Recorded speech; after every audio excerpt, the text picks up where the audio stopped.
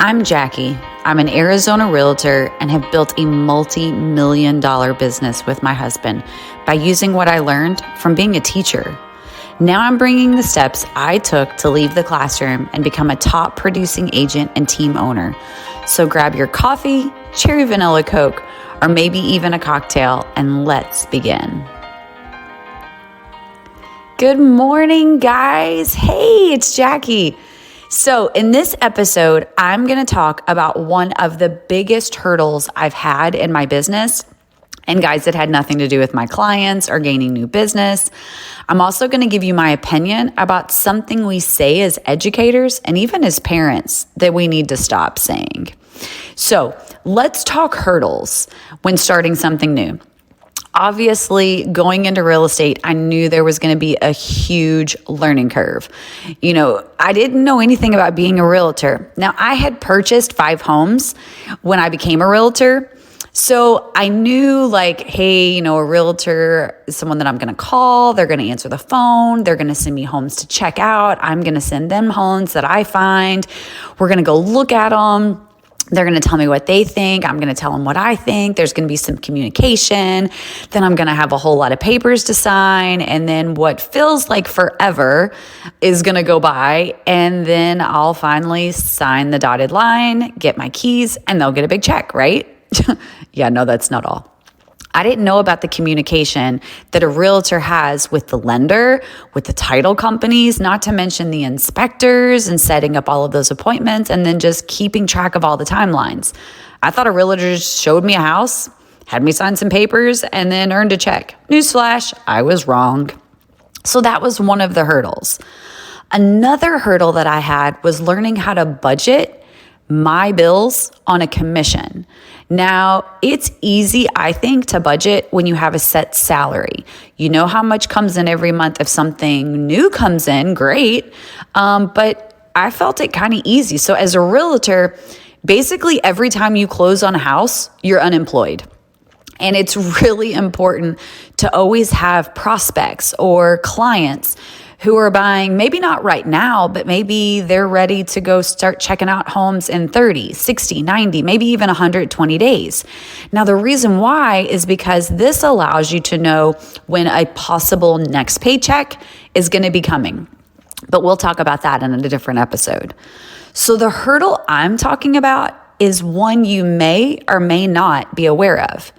It may be a hurdle you don't even notice. This hurdle is called self-doubt and comparison. Now, my pastor back home in Kentucky would always tell me, comparison is the thief of joy. And boy, was he right. In real estate, it's really common to compare yourself to others who are in the business. You think to yourself, are they more successful than me? Do their buyers trust them more? Do they know more than me? How do they get to sell more houses than me? Am I ever going to measure up?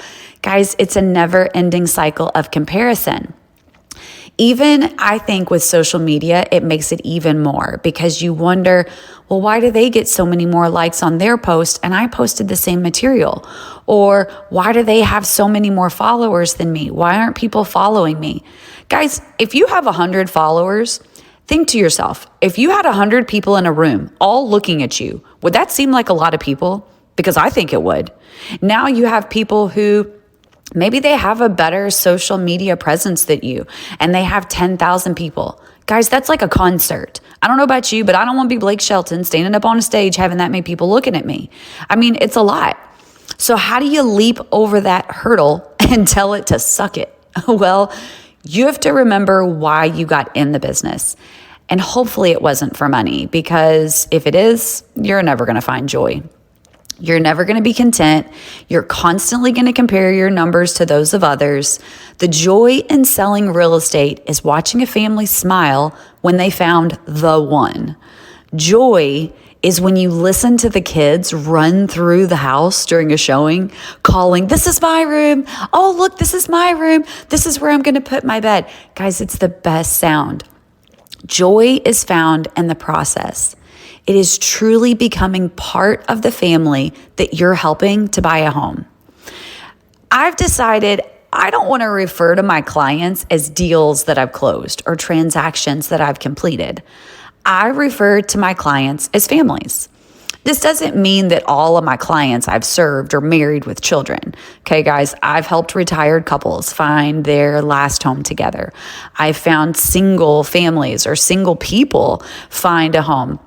I've helped newly divorced wives or husbands, find the home that's going to be where they're going to start over again. I've helped engaged couples with children and without. The point is, I don't see my clients as a paycheck.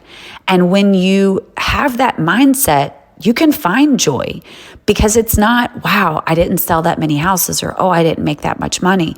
You remember all of the faces. I see my clients as friends. There are so many real estate agents in the Arizona area. I mean, you could seriously throw a rock and hit like a dozen of us. And the clients who have chosen me as their real estate agent, well, they're my friends now. I call them on their birthday. I send them an anniversary card on the year anniversary of purchasing their home. I send them a Christmas ornament for their first Christmas in their new home for their tree. I send them a sympathy condolence card when I see on Facebook that they had a lost family member. And if I had wasted my time comparing my numbers to other realtors in the area, I wouldn't have had that time. It would have been completely different. I wouldn't have had time to be invested in my past clients. Now, don't get me wrong, okay? It's great to have goals. It's even better to look at people who are killing it in the industry and want that for you and your family. Just don't get so goal-oriented that you forget the reason you entered the industry. Don't lose yourself because you are amazing and you're going to do great things. So let me take you back to not my first year of teaching, but my second, third, and fourth year of teaching, okay? I was in a Title I school. There was a high number of at-risk students. And guys, it was the best 3 years of my life. Like seriously, I learned more about myself and the students I was teaching than in my last 19th year of teaching. So I told you all at the beginning, I went into teaching to make a difference. I wanted to be the biggest cheerleader for my students. I wanted to fight for them because the reason I got into it was because an amazing teacher that I had experienced. And I wanted to be that for the students that looked at me. The students that I taught were living in an area of the city that had basically been forgotten. The only time you heard about that area of town was because there was a shooting or there was some violence or something negative was going on. The students that I had every single day heard sirens all day and all night long. Some of them even carried weapons to school for protection in their community. Now, I was used to living in basically the middle-class suburbs. Now I was teaching in lower class in an inner city. Those students, guys, they made me a better teacher. They made me a better listener.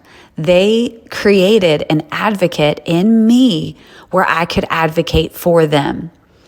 If I had spent those years comparing, oh man, this teacher is getting wonderful Christmas gifts and I'm lucky to even get a card. Or, oh man, they don't have to deal with, a lice check every day. If I did all that, if I compared their test scores and that mine weren't as high as other teachers in the district, I would have missed the relationships that I built. I would have missed the impact that I was making on those young kids' lives. Okay, guys, it's been 15 years. 15 years since I've taught those kids. These students are graduating from college. They're enlisting in the military. They're becoming parents themselves, and they still message me, Mrs. Durbin, on social media. They tell me about what's going on in their life. They like my post. They tell me, wow, your kids are so lucky to have you as a mom, and the students that you taught are so lucky to have you as a teacher. You were my favorite. Their parents call me sometimes when their kid needs a good talking to, or if they want to share some exciting news. They became family. If you're a teacher like me, and I'm guessing you probably are, you will flourish in real estate. Clients will see your honesty. They'll see your heart. They'll see your passion for helping others. Guys, it's a win-win. Now, I told you at the beginning, I was going to talk about something that we say as parents and teachers that as much as I've said it, now that I think about it, I don't really agree with it.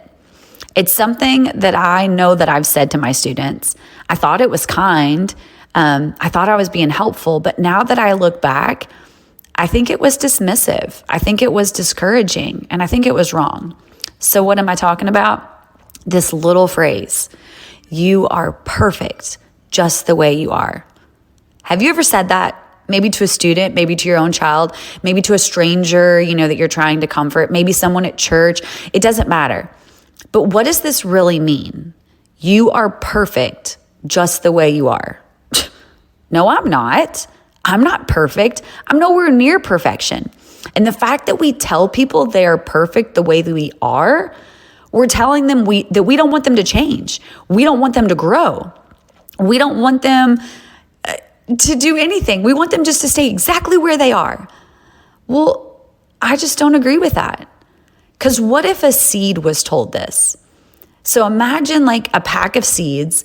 You open up the bag, you put them in your hand, and you look at the seeds and you say, you are perfect just the way you are.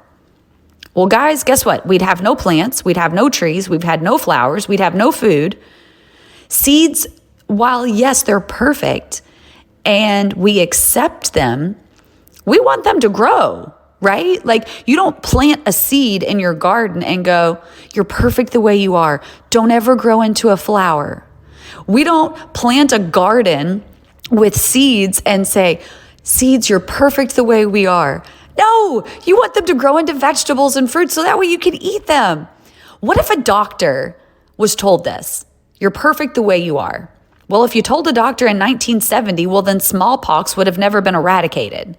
The point is, don't tell people they're perfect the way they are. You can tell them you accept them for who they are. You can tell them that you will support them and who they want to become, but don't limit progress. Don't force perfection. I think we need to really sit back and think about some of the things that we say to people.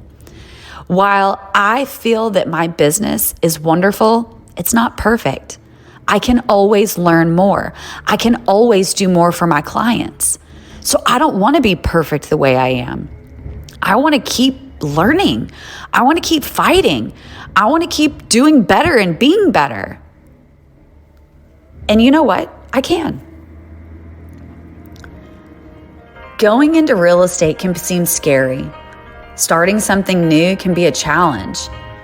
But guys, you keep the attention of 24 to 32 students a day for 7 hours.